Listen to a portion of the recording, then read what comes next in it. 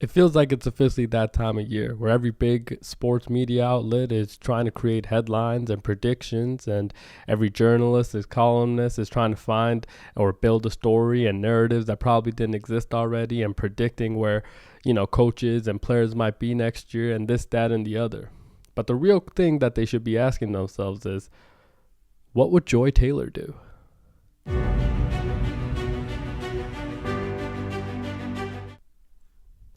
If coaching is so important in the National Football League, which we all believe it is, and we all know that it is, and being, culture builders and having, true leaders in the building is so important, why is it that it's so easy to get rid of them? I just don't understand that. Isn't it crazy, the cycle of coaching that happens in the National Football League? What do I mean by that? For example, right? There are 32 head coaching jobs in the National Football League. Every year, there's around 7 to 9 head coaching openings. You tell me, man. Y'all tell me, is that not a little bit insane? Is it not a little bit insane that a multi-billion-dollar organization can so easily get rid of individuals because, some things just didn't work out? And then the other part of it is that, like, if you know that this is, the CEO of a multi-billion-dollar organization, how is it that, like, hiring good head coaches is not at the forefront of your thinking, like long term? For example, and I know what you're thinking, dude, everybody's trying to get a good head coach. It just doesn't work out. Are they though? That's my thing, man. Are they really? So there was a report, and of course I've talked about the New York Jets ad nauseum on this show, but look, the New York Jets, there's a report that, like, they're interviewing everybody. Seemingly they're interviewing everybody, right? Like, interviewing Riverboat Ron Rivera? Come on, man. Come on. Like, how... And this is... I'm not trying to be disrespectful and be a hater. Nah, man. It's just, like, how unfucking inspiring is that? How, like, come on, man. That's ridiculous. It's just ridiculous. That's why I've been saying for a long time to y'all, man. It's just some places don't really want to win. They can talk about winning. They can say that how bad they want to win and this, that, and the other. Well, like, it's things like this that make you think that, they're not actually serious. And it sucks. And it sucks because as a fan of the National Football League, yeah, we want the Jets to be good. We want the Giants to be good, right? It's New York. It's the largest media market in the world. We want at least one of them to have a good team or a relevant team for the sake of the National Football League as a whole, because it feels like the divisions that they respectively play in, like, it's just too easy wins to the opponents every time, it feels like. Right? It feels like the Bills are on this, run where they're going to kind of dominate the AFC East. Why? It's because some of these teams, like the Jets, right, just have no way of ever actually trying to compete. The Giants, the same way. Same way. And you want to come back with the same group after there were fans, displaying how frustrated they are with this organization and as the owner, like, again, the Hard Knocks thing showed it all, but, like, to bring back Brian Daboll and Joe Shane, like, again, it's one of those things where it's like, when a change needs to be made, it always feels like teams are teams that actually don't want to win or don't show that they want to win, always take the decisions too late, and teams that actually want to win, they make it at the right times. Timings are everything in the National Football League. That the timing of when you're good and when you're bad, it's everything, right? It means so much. Just look at the Cincinnati Bengals. The couple years that they were bad, right? And then they ended up with the number 1 pick the year that Joe Burrow comes out. There are probably, I would say, probably 28 to 29 teams in the National Football League that would love a Joe Burrow. You would, man. Joe Burrow is, he's incredible. And not just on the field. I feel like the way that he addresses everything, it makes him a much more likable person than a lot of other quarterbacks in the National Football League. It just does. Right. And yeah, they haven't been able to win this, that, and the other. But I'm saying, like, the timings of when you're good and when you're bad matter so much. So, like, when you make decisions to hold on to your head coach and your general manager that have not produced, it just, like, puts into question for everybody, like, why are we giving them another year? Whereas, like, some places, right, you get 1 year and the expectations for you were somehow to do better than you did. And because you didn't do it, the organization has no patience at all to give you another extension, right? Oh, of another year. I'm not saying an extension for a contract. I'm just saying for another year. That's how crazy the National Football League is. It's like the turnover is so insane when it comes to the leaders of your franchise that it's so tough to keep up with everything else. And then you have other places that, think that they, are building something and want to keep the same people in place for years and years with no production, right? Let's just go to Indianapolis. Chris Ballard and Shane Steichen. I just don't understand. Shane Steichen, we can give him a pass. Let's just say, right? Again, he was good. Was he great? I don't know. But this was his second year. And some of the things that came out of their locker room of being, uninspired and, not showing up on time and this, that, and the other. This is coming from their locker room. This isn't something that I read online and I'm making this shit up. Like, this is something that came from their locker room, is that, their culture isn't good enough. Well, the culture builder that's supposed to be your head coach isn't doing his job then. Chris Ballard has been there 8 years. They haven't won shit. They have not won anything. And he's been there for 8 years. And again, I think Chris Ballard's a really good GM. But I just feel like, it just doesn't make sense how some places are giving you this much time and some places ain't even giving you a year. It's insane to me.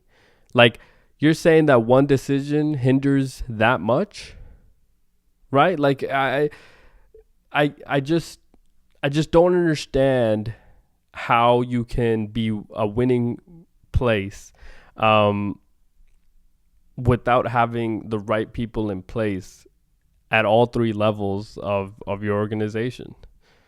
And I get it, the stability of it matters so much. The stability of, having a general manager, head coach, and this, that, to be in an alignment so that when you draft a rookie quarterback, you're able to have some level of success because, there is some stability in the organization.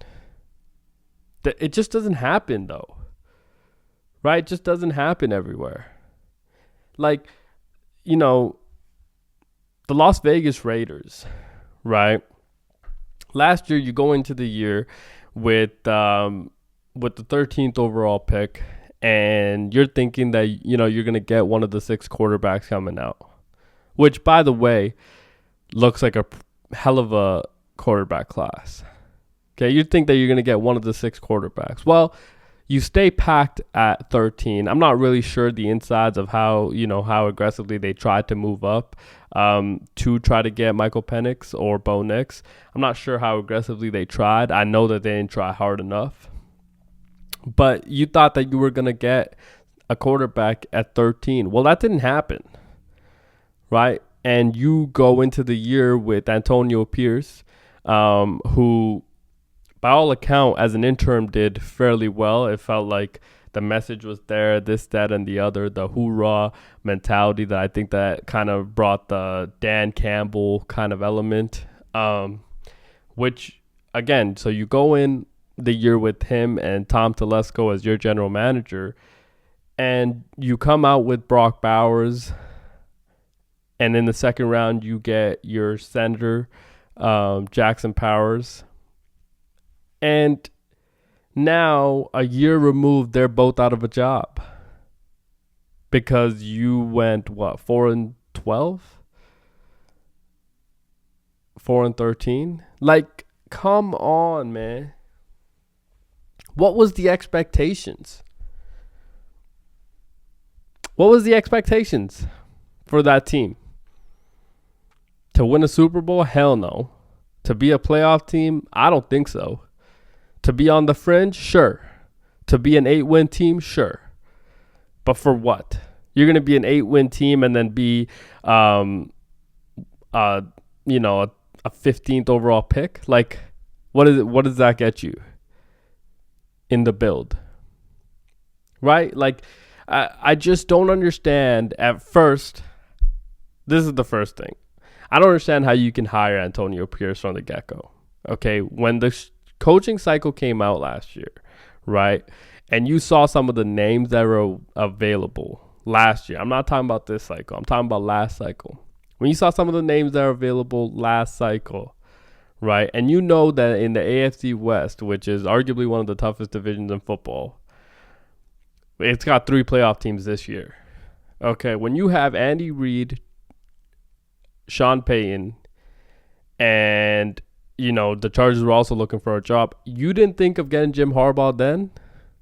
I get it, maybe he wanted a quarterback and he would have chosen the Chargers anyway, but I'm saying you didn't try for that because he's a culture builder, right? We all knew that going in. He was going to build a culture from the get-go, which he did, by the way, right? We all knew what the Chargers were going to be coming in. They were going to run the damn football. And they were going to try to limit the amount of throws that Justin Herbert was going to need to throw to win games. Because we knew, and they knew going in, that Justin Herbert can make every throw that he wants. It's just we don't want him to doing that throughout the year that much because that clearly has not led to success in Los Angeles there. Right? So when you had those things going on, you hired Antonio Pierce. Fair. I questioned it from the get-go because I just didn't understand the direction that we were willing to take at that time. The other thing is that you brought back Patrick Graham, who by all accounts might be a great defensive coordinator. Get him out, though. Get him out of Vegas, man.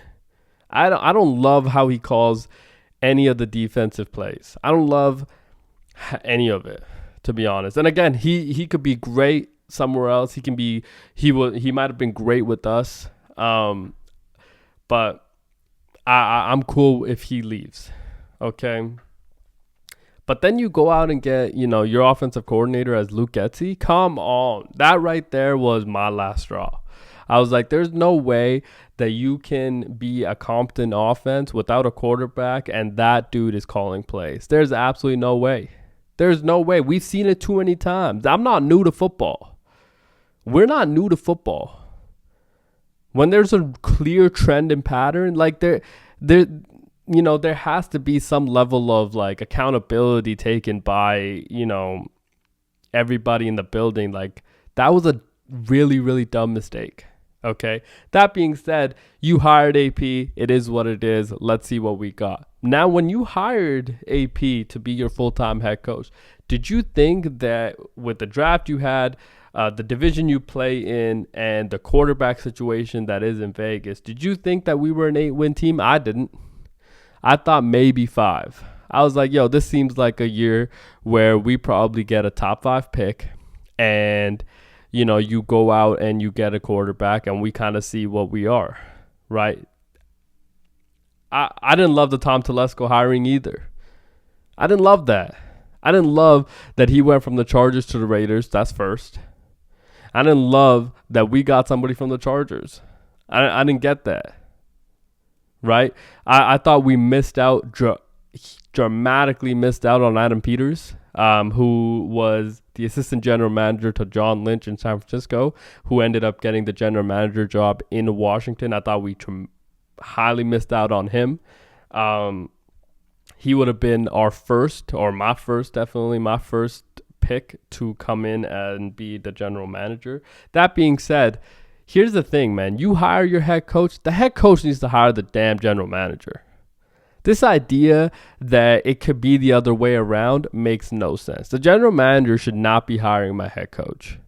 Let the head coach hire the GM he wants in place. Because the reality is the philosophy of the head coach and how he wants to build in the draft, who he wants to pay, who he wants on the team is the most important thing. And you need to find somebody at the GM position that follows that. Not the other way. You can't have a general manager that has a philosophy on team building and then expect a coach to coach them in that way. That's just not the proper way of winning in the National Football League. Y'all tell me one place in the last, little while here, let's say in the last decade, where a team has won using that style. I don't think they have. Right? You got the Chiefs and Andy Reid, who makes most decisions. Obviously, Brett Veach is incredible, but he plays a lot of the salary cap gymnastics, right? But Andy Reid kind of handles a lot of the player personnel and draft and all that, right? San Francisco, right? Kyle hired John Lynch, right? Same with the Rams with Sean McVay. He got that person in that position, right? Bill Belichick,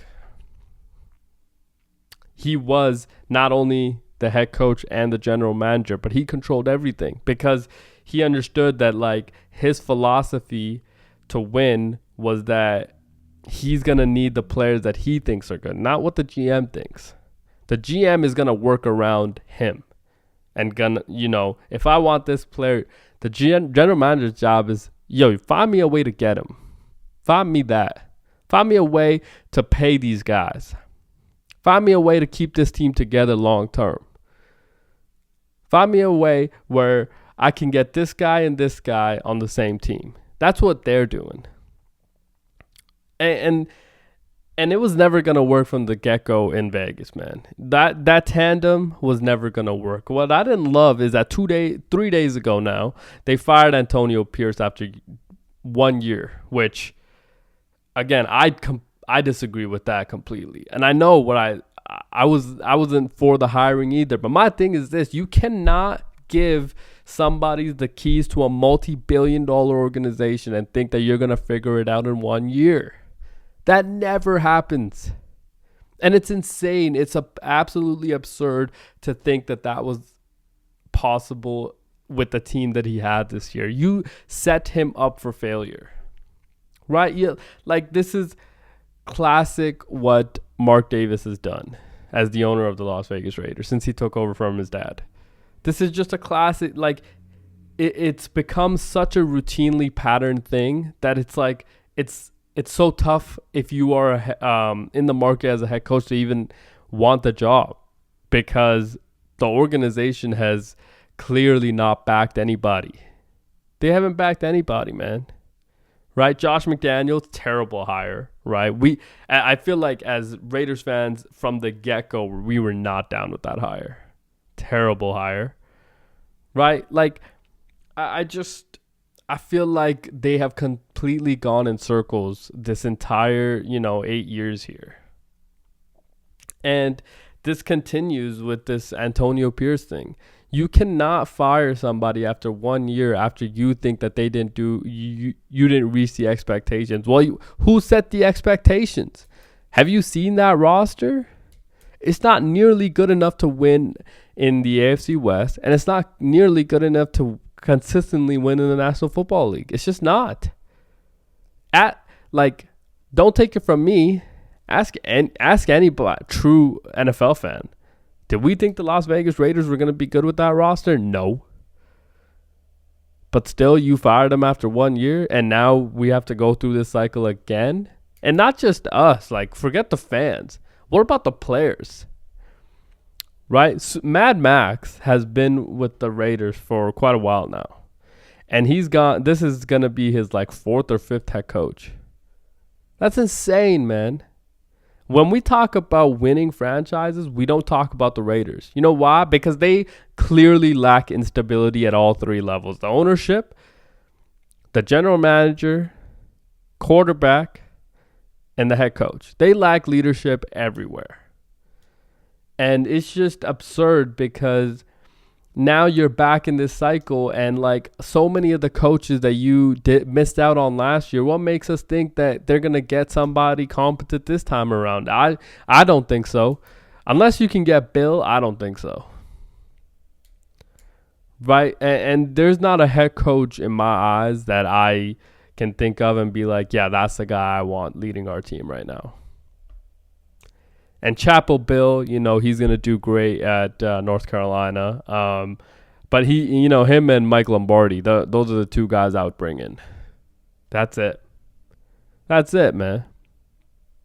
There's nobody else right now in this cycle that I can think of. Aaron Glenn, Ben Johnson, Mike Vrabel, all these guys. It's just like, I think Vrabes is set in New England, which we'll get to them in a minute. But I think Vrabes is kind of set in New England. And everybody else, the jury's still out on them. Right? The jury's still kind of out on them. And it's too big of a reach in my opinion.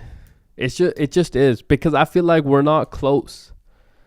Right? We're not the Minnesota Vikings from a couple years ago, who I felt like were much closer than we are right now. When they hired KOC. Yes, he had a very big part in building what they are now, but I felt like they were still much closer than what we are right now. Because you have to take in is that our division is getting better. Right? It still will be dominated predominantly by the Chiefs in the Pat Mahomes era, which we are currently in. And I get all that, but Bro Nix might be a guy. And if he's a guy and you give Sean Payton $80-some million more money next year, which he didn't have this year because of the Russell Wilson thing, you give him that next year. And he's able to actually construct a roster that's going to be competitive. Right? They're going to be a pretty good team. The Chargers, right? They have a quarterback, and now they have a culture builder in Jim Harbaugh, and they're able to build around them. They're going to be a pretty good team. And if you look at the Raiders, it's what do you really have going for you right now? Right? Your offensive line struggles continue. Your quarterback situation isn't getting easier since you won a couple games close to the end of the year and fell out of the top 3 picks. Right now, you are the 6th pick in the draft or something like that. It just, to me, we are so far from what it's going to take to be good. It's not a 1-year thing. It's not a 1-year thing, man. And yes, I get what everybody's thinking. The Texans did it in a year. The Commanders did it in a year. Yes, they did. And they had one really, really good draft and one really good offseason with the head coach. Both of them, right? You get Dan Quinn in there. You draft Jaden Daniels. You get Cliff Kingsbury from the Raiders, right? Again, I can't let that slide either. That he was in our building and he decided to walk out. So, I get that it is a thing that could happen. I just don't think that we're that close, to be honest. Right? I will say this. If there's not a chance of drafting Shedeur or Cam Ward, right, who are the only 2 quarterbacks in the first round that seem like a top 10 pick. And that's probably because there are quarterback needy teams at the top of the draft, right? I think you have to build, a strength on strength. If your strength is your defensive line, Christian Wilkins at your D tackle, you drafted Tyree Wilson, who hasn't really panned out as well as you thought he would. You have Mad Max, right? Let's go get an Abdul Carter. Let's go get an Abdul Carter from Penn State. You build strength on strength, right? Like, and then you go out and you get a bridge quarterback, a true bridge quarterback, right? It can't be just your average person. Let's say it is though. Let's say you stick with Aiden O'Connell. Okay, let's say you stick with Aiden O'Connell. Let's bring in a head coach that's a true leader, right? Let's get them a good offense. Let's get them a good defensive coordinator, and let's just be a little bit more competitive, okay? Because what we noticed with the Vegas Raiders this year is that everything was bad. Everything was bad. So if you can do some of those things, then I think next year will be, a little bit more successful. Let's move on to New England, because they moved on after 1 year as well, which, again, makes absolutely no sense. You moved on from a head coach that gave you a 20-year dynasty, the greatest head coach in the National Football League.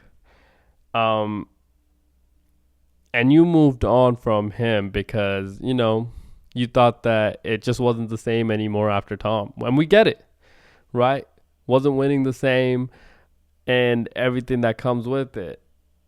You handpicked his replacement in Gerard Mayo, who's been in that building as a player and as a coach for a long, long time. You handpicked Gerard Mayo.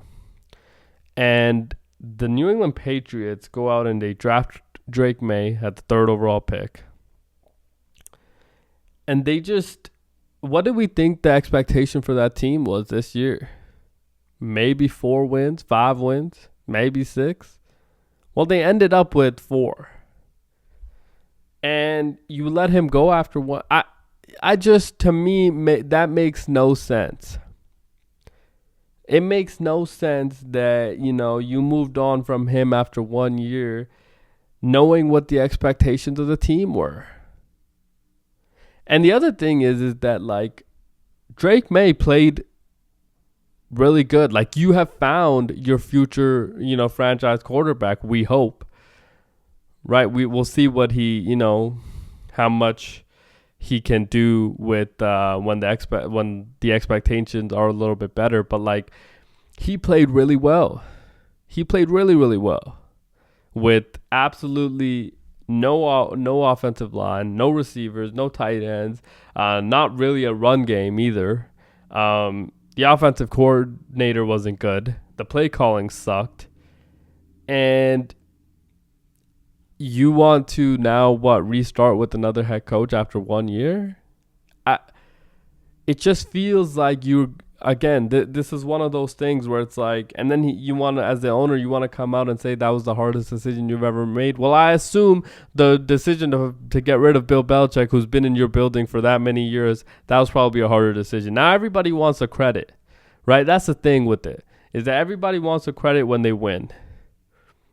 The ownership wants a little bit more credit, and I get that. It was their investment. But, like, you're going to move on after 1 year. We haven't even seen what they could be like when they have an actual roster together. Right? That's when you move on. You move on when you've seen that the coach and the general manager, they've tried everything to win and it just hasn't worked. Then you move on. When you've seen it and you're like, this isn't for us, move on. We haven't really seen what Gerard Mayo could do because he didn't have enough talent on the team. He didn't have a talented enough roster to compete. And he's gone after 1 year. Now, is it because you have a legit shot at getting Mike Vrabel, who, again, we assume is going to be the next head coach of the Patriots? But, like, is it because he's available? Or is it something else? Because he was available last year as well. So what is it? It's like, what is it? Because that the candidates and it's a little bit better. The pool is a little bit better than it was. Give me a damn break, man. The pool is virtually the same every year.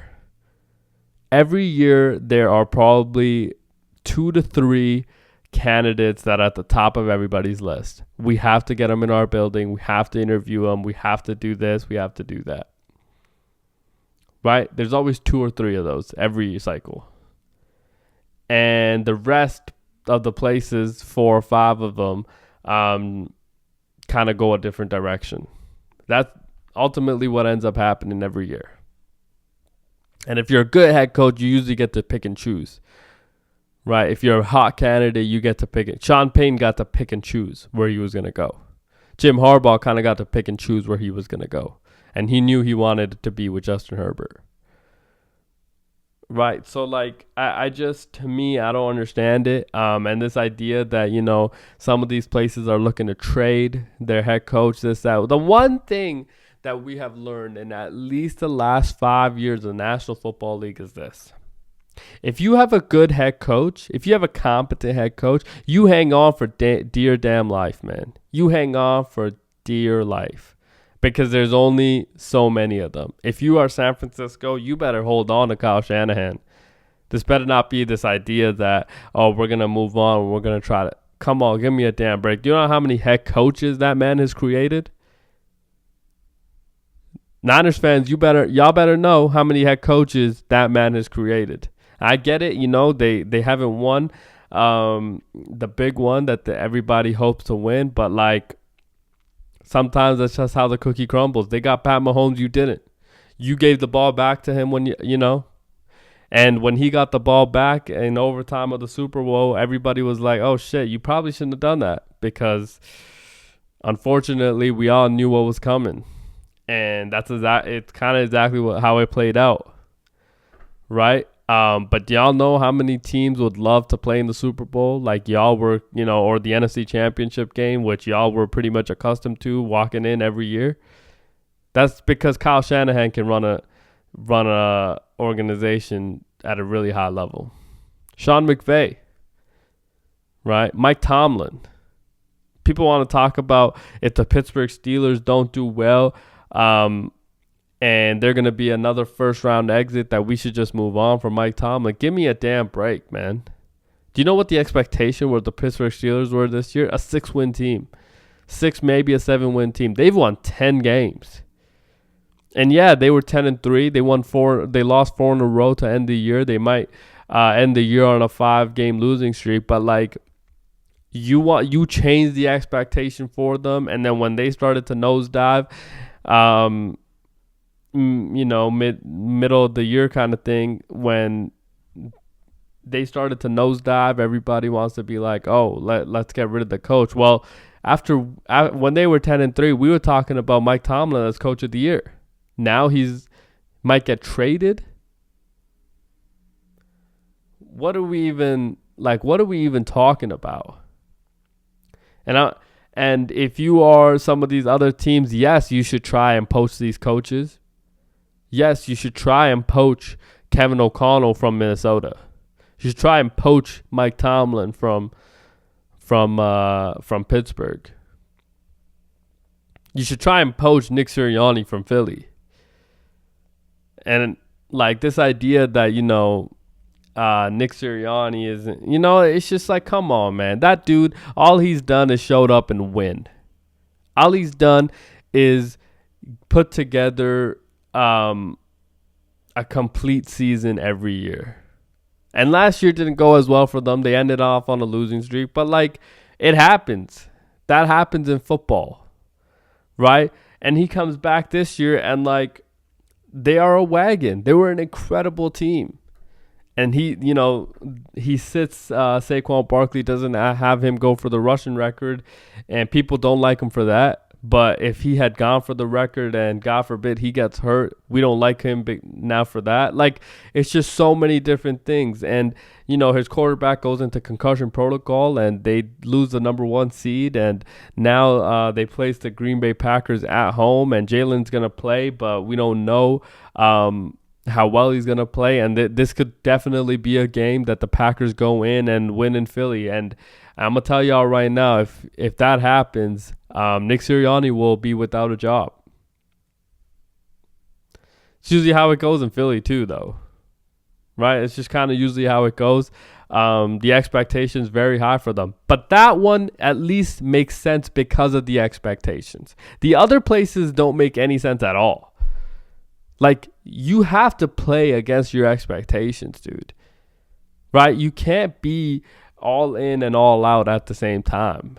It makes no sense that you're telling me that this coach wasn't successful knowing that, like, his roster A wasn't good enough and they weren't going to be a Super Bowl winning team anyways, right? Yes, we want to see signs of competitiveness, but like sometimes, it takes time to build that culture. I will say, here's the one that I'm the most surprised with. Mike McDaniels in Miami. I'm surprised by that one.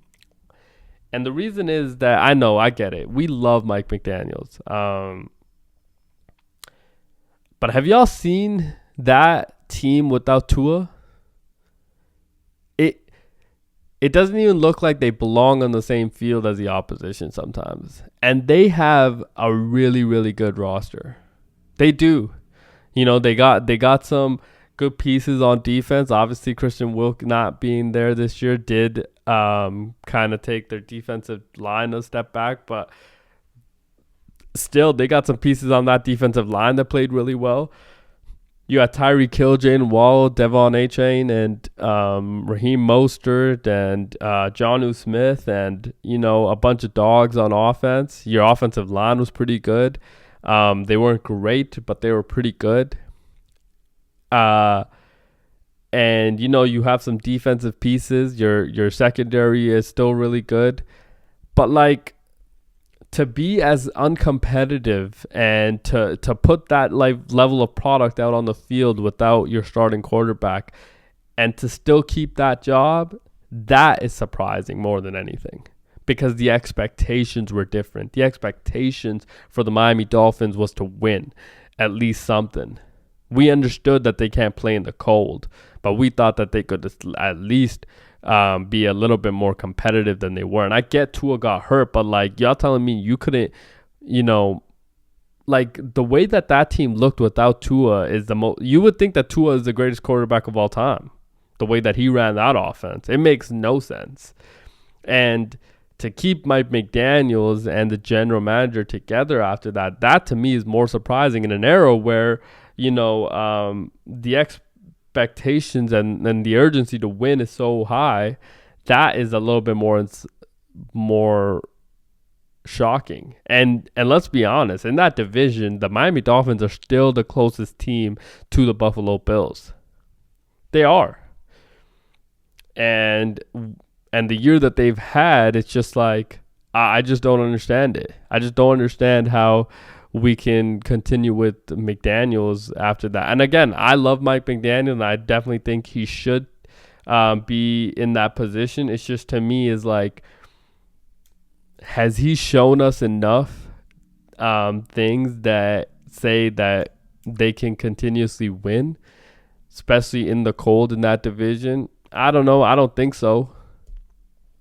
But, it is what it is. And I am looking forward to a lot of the coaching cycle and everything that's going to happen in the coming weeks with a lot of these places. Again, I think the NFL needs to work on the timings of a lot of these interviews and things. It's like, you want a head coach that comes from a winning place as well, right? Like, I want a coach that comes from the Andy Reid system. I want a coach that comes from the Bills system, because they've been able to win. The Lions system, because they've been able to win, right? They've been able to have 2-3 years of consistent success at least somewhere. But to schedule interviews in the middle of the playoffs where these individuals are also game planning for weeks on ahead, and then now I have to, prepare for interviews for multiple teams, it's like, the timings of that has to get better. And I know the urgency to get your person in as soon as possible, but it's like, can we figure this out some way, one way or another, please? Like, that doesn't like stop us. And I'll be surprised. I think that there are going to be some college coaches that do make the jump now to the National Football League. We'll kind of see who they are and if that happens, but I can't see that happening because college and the pros have got so similar that like the national football, the head coach in the NFL, the job is a little bit easier, and by that I mean expectations are very similar. In college, if you're a big time school, especially in the SEC and the Big Ten, like the expectations a little bit higher, right? If you are, in the top echelons of the SEC, the expectations are pretty high. And, if you are Ohio State and those places, like the expectations very high. So the expectations are fairly similar, but you don't have to recruit in the NFL, right? So there is a little bit of a downtime.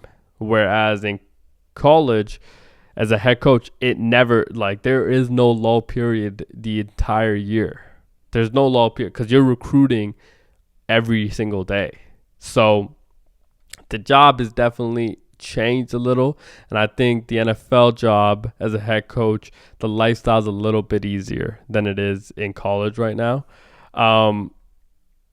But it is what it is. We'll kind of see how the coaching cycle and everything turns out. We know how important coaching is in the National Football League, and we'll continue to monitor everything that happens there.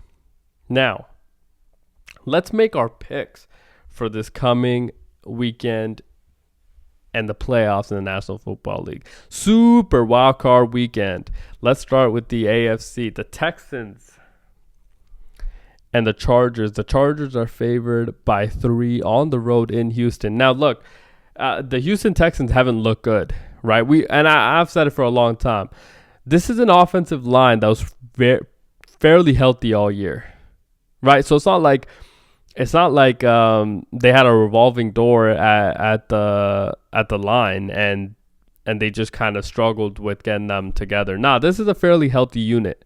Everybody's kind of paid. Laramie Tunsil hasn't really played well at left tackle either, right? And he made a lot of money this offseason. So the offensive line struggles on that team have kind of hindered everything else that they want to do, right? We all understand that. So I'm not going to give anything new there. When you got Khalil Mack and Joey Bosa on the other side and Derwin James, right? Because he does line up close to the line. When you have that happening, the obvious expectation is to go Chargers. Now, I'm not going to do that because I think that the Texans have a real chance because you have CJ Stroud and and I think they've heard all the noise as well. And I feel like there's a little bit of an element of they can implement things that help limit the amount of times and the time it takes for CJ to throw the football because you have to get the ball out quick now when you're getting that much pressure in your face. They need to run the ball well with Joe Mixon and get Nico Collins involved early. And I think they have a legit chance. I do. I think this comes down to a field goal game. I'm going with the upset there. I'm going with the Texans to win. Ravens at Steelers. This is the third time that the Ravens and Steelers play. Obviously, they're in the same division, but this is the third time that they play within the last month and a half. That is pretty insane, right? Because now the familiarity is even more insane. Now, 9.5 points is what the Baltimore Ravens are favored by, which is absurd. It is absurd. The teams know each other so well. The head coaches know each other really well, so they know the type of team that they're going up against every time they play. They understand their systems so well. I think this is a much closer game than a lot of people, this is a much closer game than I think the sports books believe that it's going to be. I think that the Steelers cover. I think the Ravens win. And I like what the Ravens have done in the last couple weeks here. So I'm sticking with them. I think Lamar is unreal. I know Zay Flowers is hurt, but I think Lamar, the problems he poses in the run game, he just needs to like the Baltimore Ravens cannot beat themselves. Take care of the football and just don't beat yourselves, right? Don't make dumb mistakes. Don't make dumb penalties, and everything else. The scoreboard will take care of itself. That's honestly my message to them. Let the scoreboard take care of itself. Don't beat yourselves, man. Because the Ravens are, nobody can beat the Ravens except the Ravens. I truly believe that. They have everything in their, control to win, but they make a lot of dumb mistakes. And if they do that against the Steelers, they're going to lose. And the one other thing I will add, be sure to know where number 90 is on the black and gold. Make sure you know where number 90 is at all times, because that is the one guy you cannot let him wreck the game, because he will do everything in his power to do so. He's just that guy. He's that good. He's that damn good, man. And you just need to know where number 90 is and control him as much as possible, and you'll be okay. Everything else will work itself out. But I got the Ravens in that game. The Bills and the Broncos in Buffalo. Buffalo's favored by 8.5. See, like that, again, weird spread there, right? Because somehow the Ravens are favored by more against the Steelers, even though it's a divisional game, than the Bills are against the Broncos. And the Broncos have to go to Buffalo, which has historically been a tough place to play, especially in December and January. So that one's a little bit weird. I know that I think a lot of people are thinking that if there's going to be an upset in this week, it might be that one. Because it's not because we don't believe in Josh Allen in every weather condition that could exist. But I think it's because, honestly, that Broncos defense is really good. And the Bills defense just isn't, right? And I think that is where that little bit of hesitation with Buffalo has come into a lot of people's minds. I'm not one of those people. I think that the Buffalo Bills not only cover, but they win this game. And they win this game pretty decisively. I know where everybody's thinking, Pat Surtain might, lock this guy up. This guy. Look, Josh is, he's playing at an unreal level. And I think he'll figure it out. And I think it's just tough to play in Buffalo. And I think the Broncos, you're just be happy that you got in, dude. Just be happy you got in, and let's move on.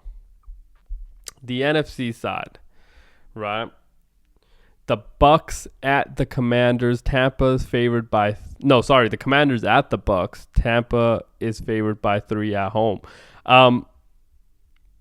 This is probably the matchup and the game I'm looking forward to the most in Super Wildcard Weekend, just because I think this is going to be a fun game. I think it's going to be a high-scoring game, and I think it's going to be an exciting game. I like Tampa to win. I think that the Tampa secondary and their defense hasn't been great. Todd Bowles' defenses usually are, though. And I will say this. They have one of the best 3 techniques in football, right? Vita Vea he can control so much of the game and so much of what the offense is going to do, because he can just get constant pressure. And I feel like if they can kind of control the middle and running lanes that Jaden gets, they'll be okay. And Baker is played at an unreal level. I think there's going to be a close game. I think there's going to be a field goal game, but I like the Bucks to cover, and I like the Bucks to win at home there. Eagles, Packers in Philadelphia. The Eagles are favored by 5.5. Jalen is back. Obviously, he's out of concussion protocols. Christian Watson, torn ACL. Tough time for Christian Watson to start his career. I think this is his 4th year now. Probably his last. I think he's probably played his last game as Green Bay Packer. If you just can't stay healthy, it's a little bit tough to extend somebody. But I feel for him, and I feel for the Packers as well, just because I feel like he's a dynamic player. That was a tough loss for them. That's a tough game. I think it's one of those games where you feel like it could be a blowout or the Packers win. But I'm going to go Philadelphia to win this game. And I think Philly's going to cover and they're going to win. I think this is their year to at least be in the NFC Championship game. That's my thinking there. I love Jordan, and I hope that they play well. I just think the Packers are probably a couple years away. A year, maybe a year or two away from being one of those teams that in the NFC that's like, a real contender every year. I just don't think that this is their year, and I like the Philadelphia Eagles there. The Rams, Vikings. Now, this game is going to be in Arizona now because of the fires in Los Angeles. Prayers out to them. I'm going to go Vikings. I know Minnesota is favored by 3. The line was at 1. It moved to 3. Minnesota's favored by 3. And, I think Sam Darnold and the Vikings, Sam Darnold in particular, got, the bad game out of his system. And as much as I love Sean McVay and Puka Nacua and everything that they do in Los Angeles, I think Matt Stafford's going to make a couple mistakes, and that's going to be the end of that game. I think he's going to throw a late pick, and this is going to be one of those games where Justin Jefferson has a field day. And the head coaches know each other so well. Obviously, Kevin O'Connell coming from the McVay system. So I think it's going to be one of those games where it's such a mixed match of things. But, with the Rams, you just never know what to expect. You just never really know what to expect. Because I've never been a believer in Matt Stafford. I'll be honest. I think he makes too many mistakes. And this is one of those games where he could be perfect and he can prove everybody wrong, or he could prove me wrong, because I know a lot of people do love the Rams this week. But I think that Minnesota and everything that they've done, B-Flow and that defense, I think that they are going to get it done in Arizona. Those are my picks. It's going to be a great super wildcard weekend. Thank you for watching. Please like and subscribe and follow for more with Game On with Muneeb Khan.